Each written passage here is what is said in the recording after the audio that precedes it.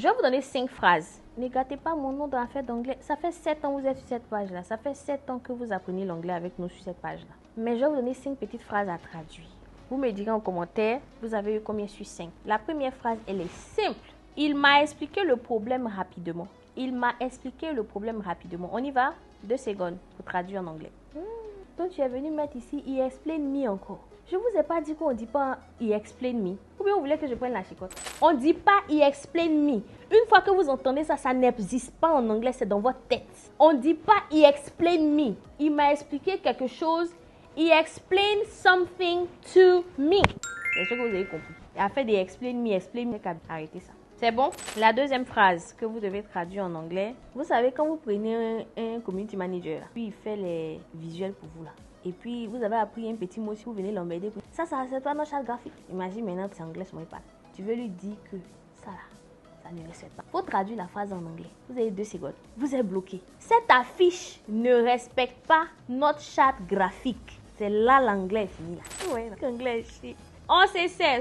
Donc, cette affiche en anglais, ça se dit. So, this poster does not.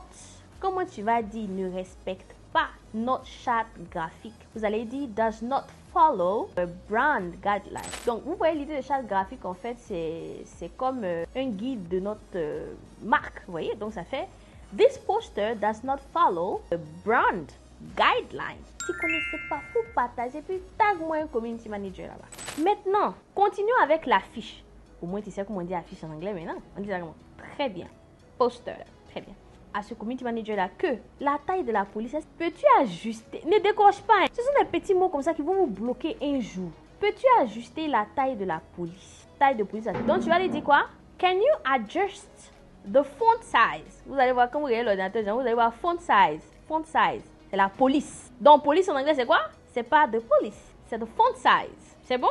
La 4e phrase, ça sera cette publication a généré beaucoup d'engagement. Souvent, si tu ne t'attendais pas à ça, tu viens et tu as ton post là. Beaucoup de likes, beaucoup de commentaires. Tu vois un peu? Comment tu vas dire ça en anglais? Cette publication a généré beaucoup d'engagement. Donc, tu vas dire generated this post a lot of engagement. Donc, on ne dit pas engagement. On dit engagement. La dernière phrase, on va aller voir nos amis les juristes. Ah, ça c'est facile pour eux. Souvent quand vous avez un accord avec quelqu'un et la personne ne respecte pas l'accord, on va dire qu'il a violé les termes du contrat, comme on va dire ça en anglais.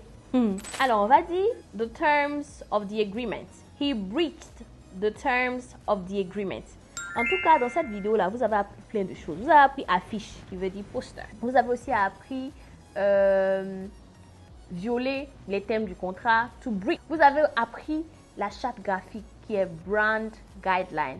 Vous avez aussi appris, alors dites-moi en commentaire tout ce que vous avez eu à apprendre.